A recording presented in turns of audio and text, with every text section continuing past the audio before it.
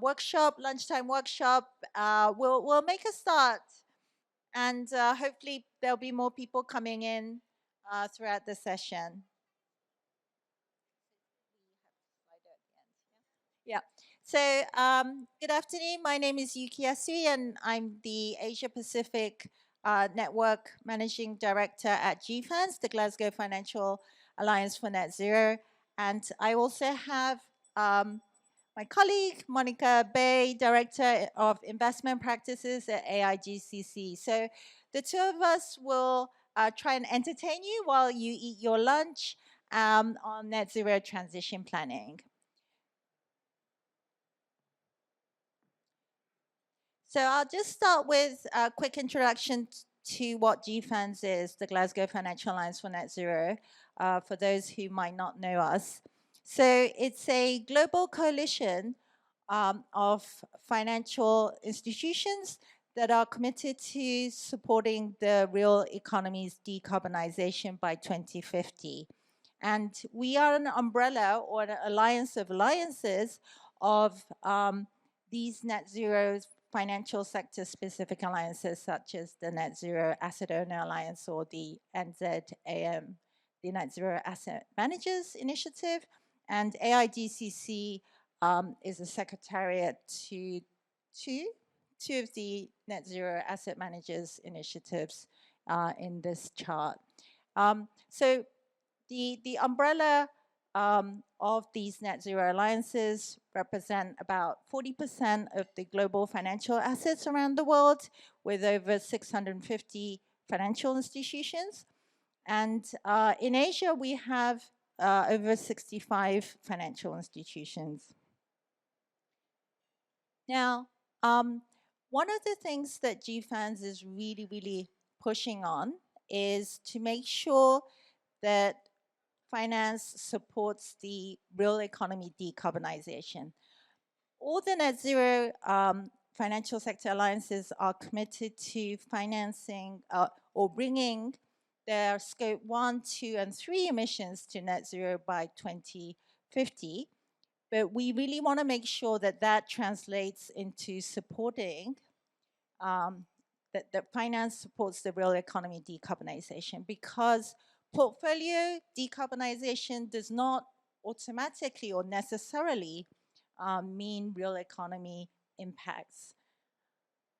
So the reason GFANZ and all the financial institutions are committed to net zero is that we know that we are depleting our remaining carbon budget quite quickly.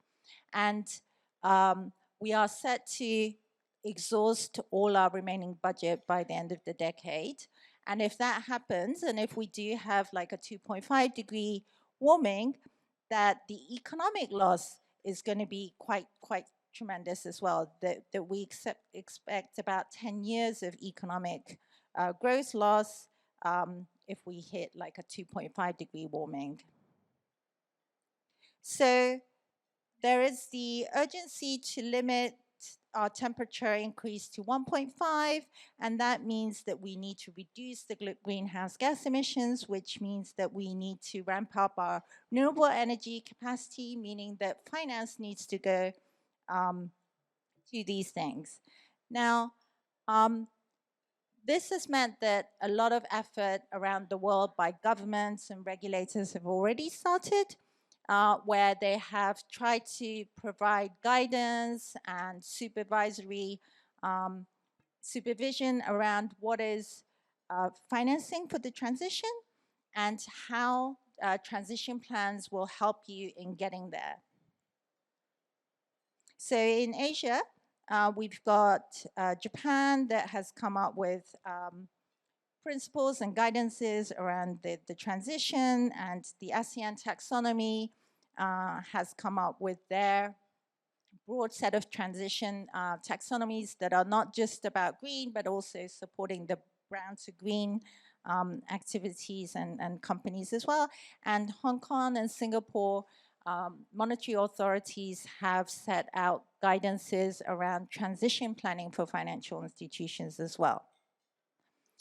Now, as I was saying earlier, we need to get the finance to really support the real economy decarbonization. And I think it's already been touched upon this morning as well, that it's not just about financing the green. And in Asia particularly, we need to finance the transition from brown to green, which includes supporting those that are high emitting sectors, so not just divesting away from it, but actively embracing and supporting their transition, as well as dealing with the existing high emitting assets that are already in our economy that's not going to retire anytime soon. So we need to accelerate the managed phase out of high emitting assets like coal power plants that was mentioned in the earlier panel as well.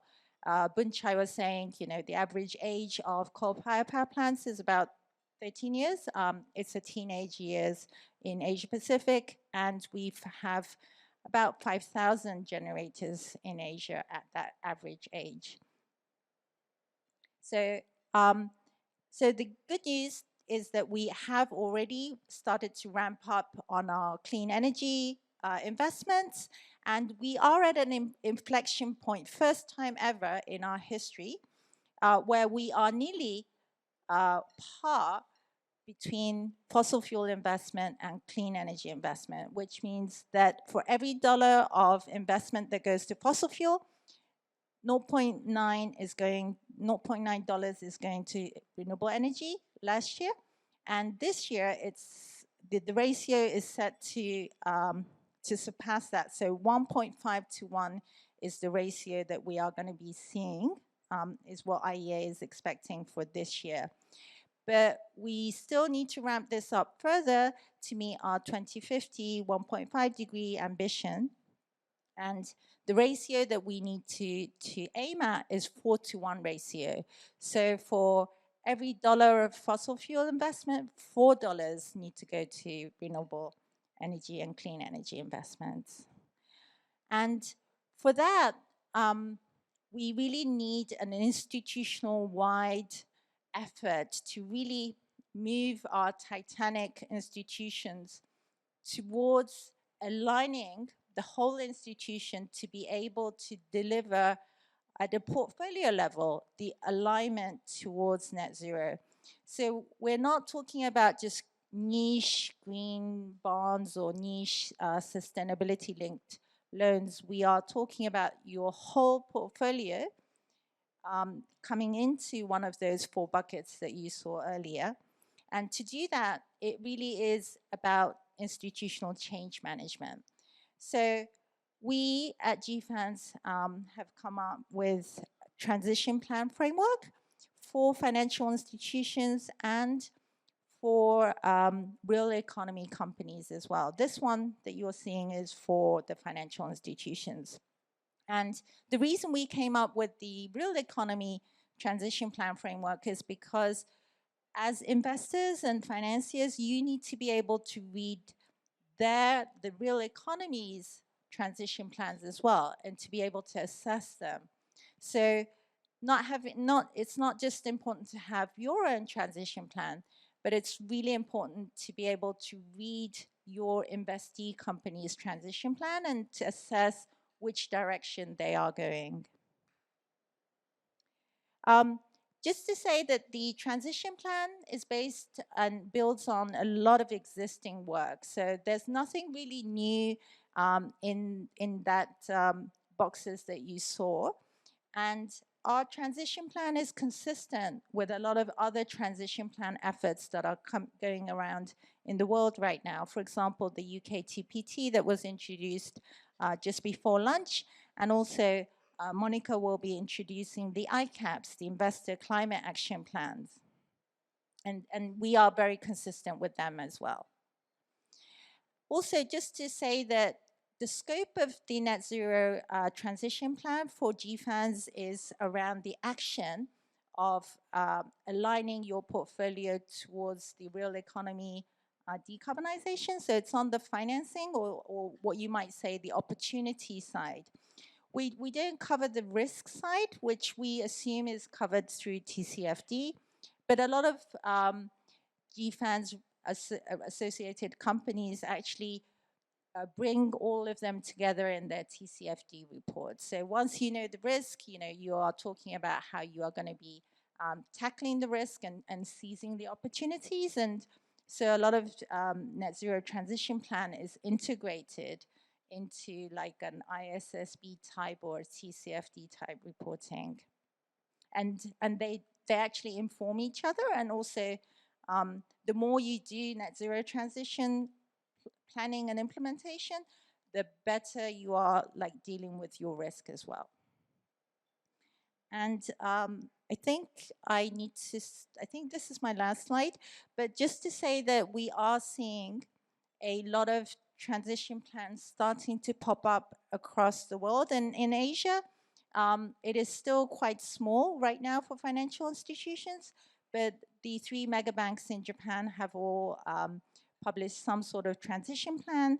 And yesterday, UOB published their transition plan as well, and HSBC and others like Prudential that just spoke has also already issued their transition plan. So it is still very new, and we are not expecting perfection right now, but we hope that all the institutions that you represent also will tackle and develop and implement transition plans. Thank you. I'll pass on to Monica now.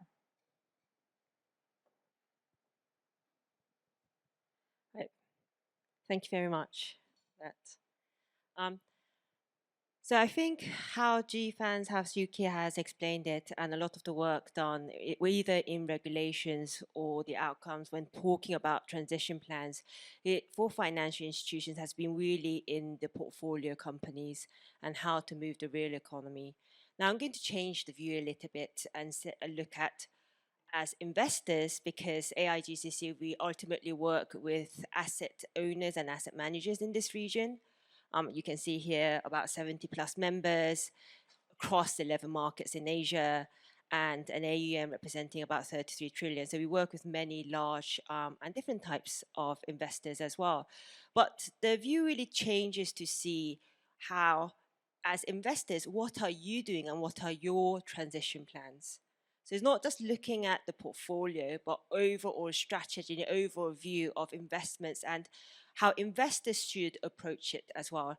And this is how the Investor Climate Action Plan comes in as well.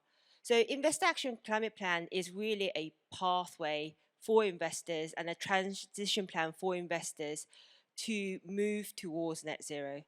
And we have put this together because you see here the net zero initiatives, and all of these 3 initiatives are under the GFANZ sector-specific initiatives as well. So we run two of them in Asia, the Net Zero Asset Managers Initiative and the Paris-aligned asset owners as well. But you can see the 7 different network organization names on top, and they run each of the initiatives together in different forms as well. And we all came together and realized how big of a challenge it is for investors to work through their net zero plan and to actually make the commitments, to make the targets, and to plan and implement as well.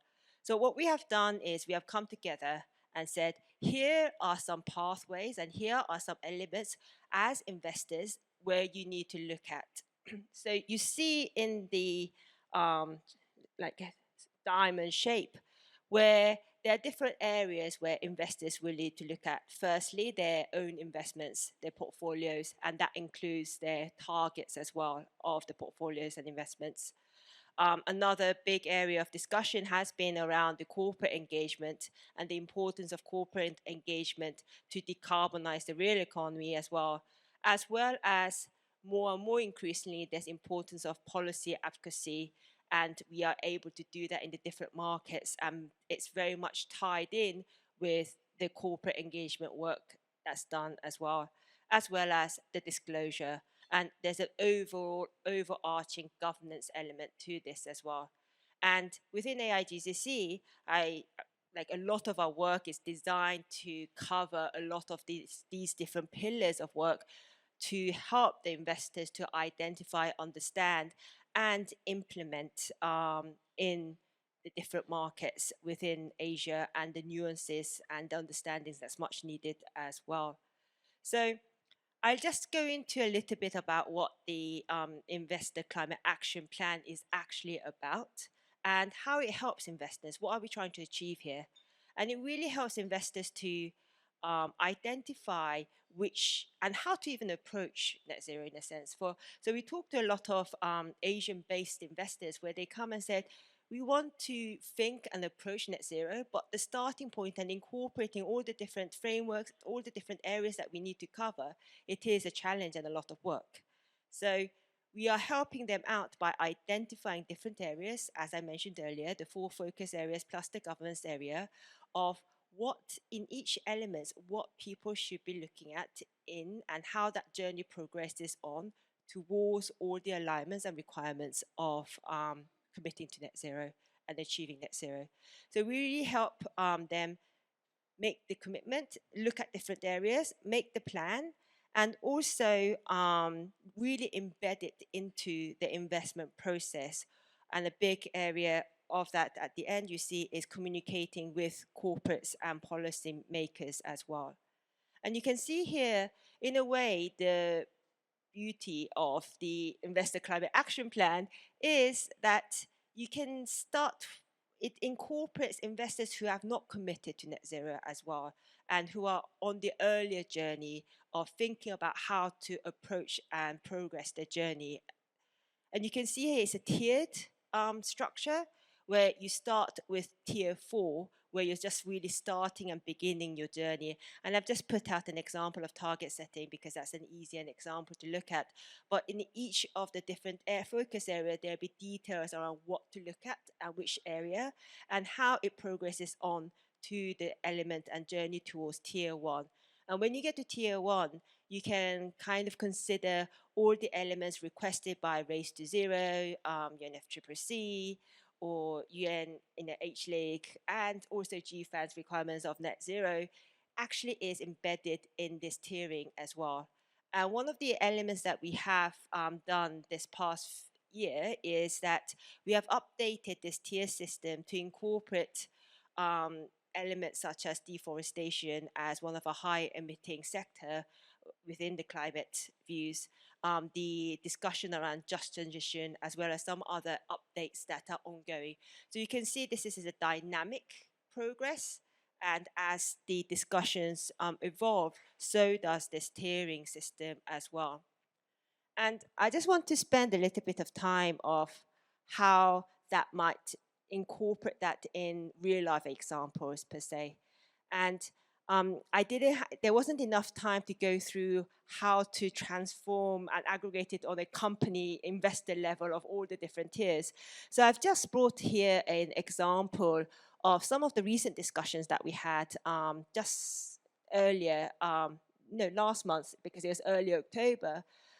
We had 2 different discussions. One was a steel roundtable with corporate steermakers across Asian markets, as well as investors coming together in a closed door session, really just talking about how to address and accelerate the transformation that's needed in the steel industry.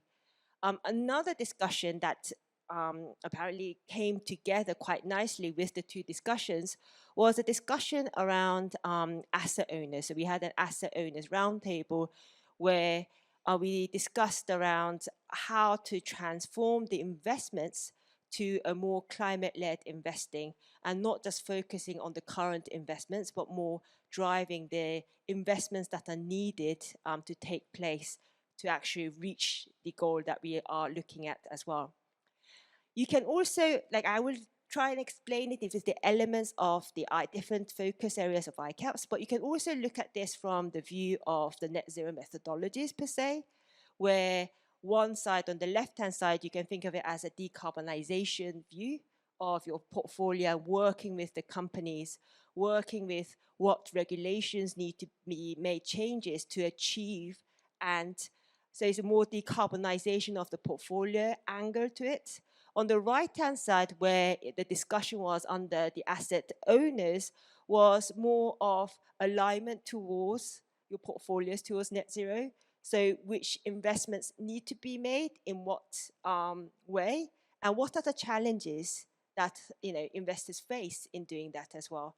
So you can see those two elements where one side was the corporate engagement, policy advocacy, and disclosure is a big element to this discussion as well, because the better disclosure there is, the more data and the transition is the transparency that you have from that is very important as well. So the left-hand side of the some elements of the Steer Roundtable is actually publicly available, where you can read around what the discussions were around the technologies, what the discussions were, recommendations for policymakers are. And this is a very nascent stage. And you can think of how we will probably progress on the discussions, and probably a first time in a way of bringing a global sectorial view to a more regional pathway and what that looks like for Asia as well. On the right-hand side, I'll go into a little bit of detail, and I have just a snapshot of an article here because it was a closed-door event. And one of the discussions and examples on that was just this, it's a greenfield investment that was made in Sweden, and it was a 5 billion euros, where it was 1.5 equities, 3.5 debt. And the way that they were able to make that was, in a way, because it had to be green steel, traditionally where the steel makers are closer to a fossil fuel, this had to have renewable. So it had to start from scratch in a way of a greenfield long-term investment. And they had invested into a 5 billion euro as well. But from that, there's some discussions now going on in Canada as well. That is, still ongoing. But that just shows the kind of example and the investments needed, because it's not just looking at the portfolio and seeing, how do we achieve decarbonization, but also looking at the investments that are needed and how it's relevant to the discussions of the Steel Roundtable is. So you can think of Asia, where 70% of the global production is. And the global steel sector as a whole accounts for about 7% of emissions as well. So addressing it from a holistic view and making the investments, and also re-engineering in a way the strategy and the structure that investors are made, is really what ICAPS is really about, and having that plan in place so that you can make these investments. And it's a structural approach to how everything comes in as well. I'll just stop here because I'm a little bit over time, but we do have a few questions. If we can have the questions out, please. Because this is meant to be a bit more of an interactive session. I know this setting is a little bit more challenging to do, but it is meant to be a bit more, so we have 5 questions, and some of them are quite simple. It's more asking about what your organizations are doing. And from there, we hope to address some of the questions as well. Yeah. The overview of, the type of institutions here. And then the second, from questions 2 to 5, are some of the real questions that we would like to ask. So I think we can move on to the second question as well. Thank you. Yeah.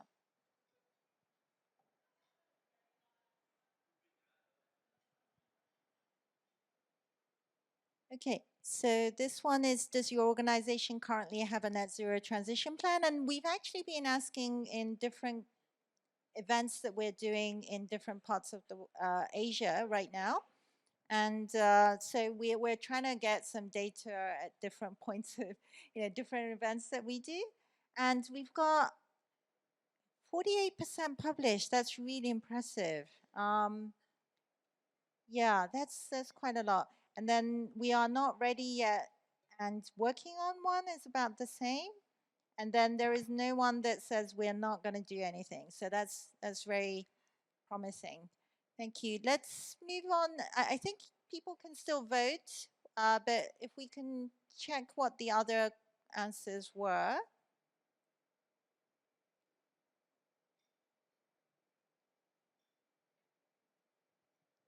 Okay, so how long do you expect until your regulator or supervisor requires a net zero transition plan? 2 to 5 years is quite a bit, and then 1 to 2 years, and then there's nothing on the others. Yeah, I think in Singapore especially, I think 2 to 5 years sounds like a good proxy, because we are now already seeing MAS come up with their consultation guidance on net zero transition planning for financial institutions, including one specifically for asset managers and investors. So yeah, 2 to 5 years. Okay, great. Thank you. And then we'll move on. You want to take this one? Okay. Is your organization actively looking to finance fossil fuel phase out? So the managed phase out of fossil fuel, I know that a lot of existing financial institutions' policies on coal would need to be adjusted to participate in this one, but yeah, it's nice to see that there's quite a high interest of yes, and then the second one is not yet considering. So just to let you know that in the Asia Pacific network of GFANZ, we are finalizing the report on financing the managed phase out of fossil of coal-fired power plants in APAC, and there is a section that is not so well developed in the consultation version that we put out in the summer.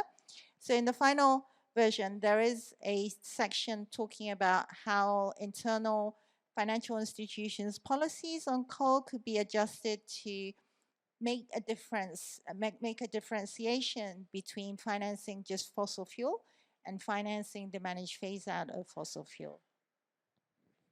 Okay, and the next one is, does your organization have fossil fuel and deforestation policies?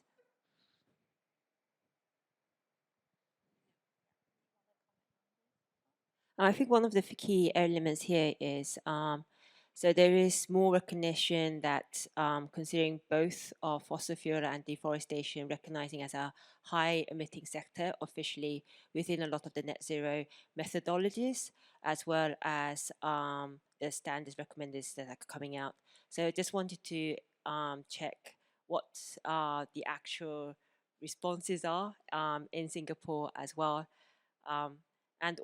And the other element that we're doing within AIGCC is really working with investors to, especially around deforestation, is understanding the concept of deforestation, understanding how to do the risk exposure analysis of your own portfolios, and ultimately having an investment policy on no deforestation as well. So that's how it comes all together.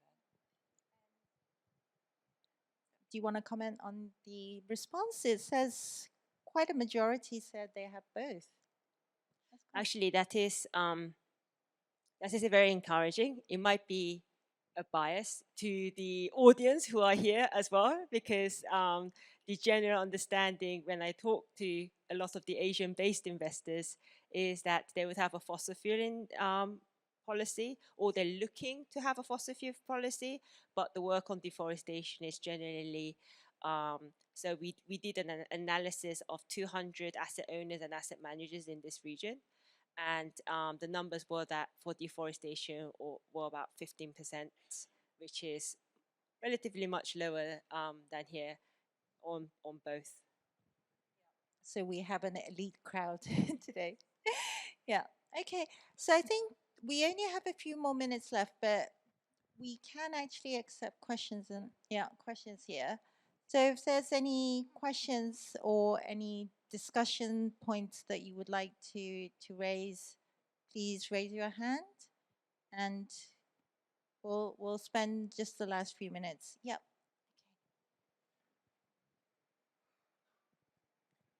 Thank you, Yuki. I'm Gilles. I look after the energy transition practice at Ernst & Young, and I work with mostly what you call real economy. For many of the corporate clients, transition finance is very daunting.